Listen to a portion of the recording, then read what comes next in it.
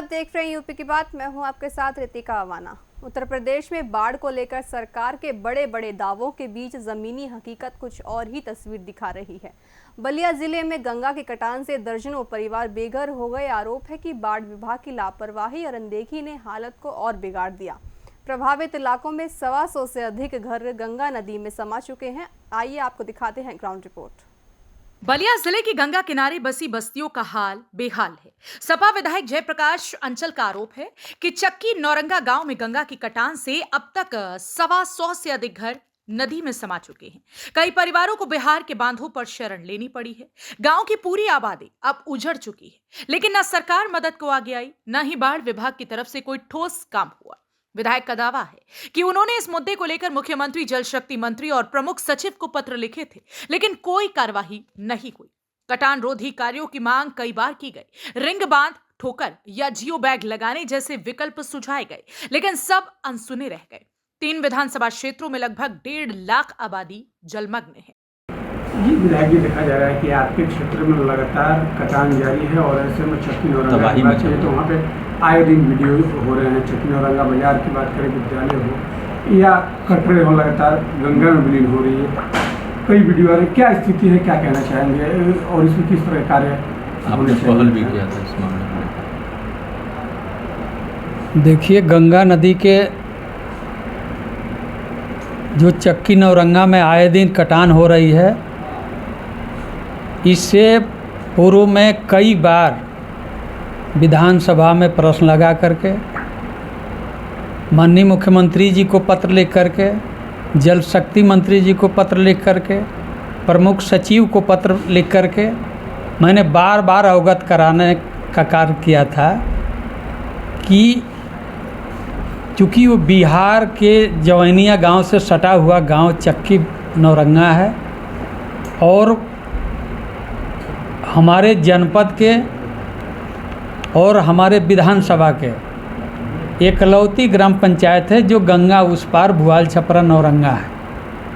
और उस ग्राम पंचायत के पूर्वा चक्की नौरंगा जो बार बार पत्र व्यवहार करने के बाद भी एक भी परियोजना सरकार द्वारा न दिया जाना, कहीं न कहीं सरकार और अधिकारियों की घोर अनियमितता कही जाएगी। अवगत कराया गया। अगर अधिकारियों द्वारा उस पर परियोजना बना करके धन स्वीकृत करा दी गई होती तो शायद 125 से अधिक मकाने धराशायी हो गए हैं, गंगा नदी में विलीन हो गए हैं। आज उस आबादी को पूछने वाला कोई नहीं है। हमने शुरू में ही अवगत कराया तहसील प्रशासन से लेकर जिला प्रशासन तक कि वहाँ रोकथाम के लिए कोई तत्काल कार्रवाई किया जाए। हमने एक्सीएन से भी बार बार कहता रहा, लेकिन एक बार भी उसने उतनी बड़ी आबादी पर कोई दृष्टि नहीं दिए। आज उसी की देन है। और बाढ़ विभाग के तो सारे अधिकारियों ने मिल करके उस गांव को बर्बाद करने का जिम्मेदारी उन सबों के ऊपर है। जब बार बार अवगत कराया गया, वहाँ जिलाधिकारी महोदय भी जा कर के एक बार निरीक्षण कर आए हैं, दिशा निर्देश भी दिए कि वहाँ कार्य कराया जाए, लेकिन उसके बाद भी बाढ़ विभाग की शिथिलता के कारण और यहाँ बाढ़ विभाग का जो एक्सीएन है अपने भ्रष्टाचार के चलते विगत 5-6 वर्षों से बलिया जनपद में पड़ा हुआ है और लूटने के सिवा उसके जी में कोई काम नहीं है। वो जितना जनपद को लूट सकता है लूटता है और आज उसकी लूट का देन है कि पूरा जनपद परेशान है, तबाह है। इसलिए उसके खिलाफ भी सख्त से सख्त कार्रवाई होना चाहिए। अगर वो घर भंस रहे हैं तो उसके लिए उसका पूरी टीम जिम्मेदार है। इस पर शासन प्रशासन को उसके खिलाफ कार्रवाई करना चाहिए।